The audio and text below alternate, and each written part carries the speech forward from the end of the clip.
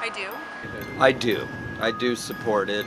Yeah, I do. I pay taxes. My representatives should have a vote in Congress. Yes, absolutely. Yes. Yes, I support DC Statehood. The United States is a functioning democracy, yet in its capital, we do not embrace that democracy. I do. Because I feel like it's not fair. It's not fair that we are in this limbo where we kind of have representation through Eleanor Holmes Norton, who I think is doing a great job, but we don't, she doesn't get enough power to really get anything for us at a national level. Because this is paying tax for the federal government, but still not a state. There are very serious issues in the city. So I think to begin with, that city needs representation on a local level, a very basic level. Well, we want to be treated just like anybody else in this country. We want to be treated just like any other American citizen. We pay the highest federal taxes per person in the country. We're larger now than Vermont and Connecticut, and we deserve these rights. Statehood is the only way we're going to be full and equal American citizens. Our people serve in wars.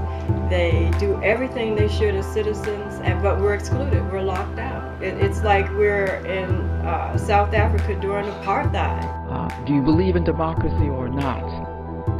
Seems to me that the entire notion of passing a law, imposing it on people, and they themselves have nothing to say about it, is the kind of authoritarianism that we criticize ourselves on this floor every single day. You live in this area, you might live here, you don't get your rights. You cross the line, you're in Maryland, you're a citizen. You cross the line, you're in Virginia, you're a citizen.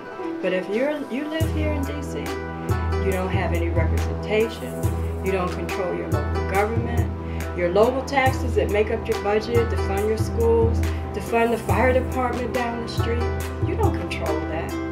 We want democracy, and we deserve democracy in the District of Columbia, and I think we can stand here to make the point. The first one, I think, is apathy. And it's apathy among district residents who all don't believe it's ever going to happen. And as I say to people, as I've been saying to people really for the last 2 years, imagine if Rosa Parks had decided it wasn't worth it. Imagine if Rosa Parks had said, you know what, I'm just going to take my place in the back of the bus and I'm going to do nothing because it's never going to change. DC is too Democrat. We constantly vote Democratic Party. We're too progressive, like things like anti-gun, handgun laws and medical marijuana, same-sex marriage, We seem to be we're very progressive, very liberal. Too black,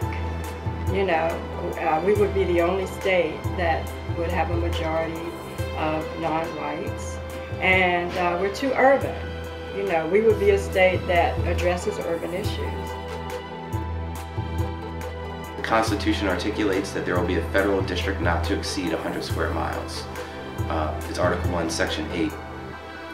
And what the Statehood Bill does is it shrinks the federal district to be just the mall, the Capitol, the White House, and the federal buildings around the mall.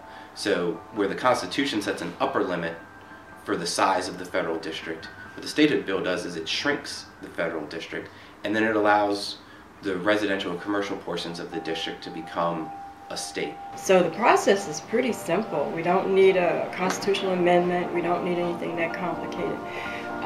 But what we do need is support. We need nationwide support. I think first and foremost, we as district residents need to get more organized, more active, more engaged, making more noise. I think fundamentally, if we don't stand up for ourselves, why should we ask someone else to do it for us? We all live within a walk, a bike ride, a subway ride of the U.S. Capitol. We have 638,000 people that within 15 minutes could be at the U.S. Capitol telling Congress we deserve to be full and equal citizens. President Obama has been very weak on the District of Columbia. I was running the first time. I met him at GW. You know, I was just in the crowd, but I was determined I was going to get up there and ask him a question. And I asked him, do you support statehood? He said, yes, absolutely. I think it's time for him to stand up and say, no, this is a right or wrong issue. In his State of the Union, he can talk about DC statehood. The president puts his weight behind it. All of a sudden, all sorts of members in the House and the Senate are going to sign on as co-sponsors to the bill. Doesn't mean we're going to get statehood while he's president, but he could use his bully pulpit to really push the cause. I can sit out here and bang on trash cans and make all the noise I want to, but it's nothing compared to what the President of the United States could do when he gets in front of the cameras or he gets in front of Congress.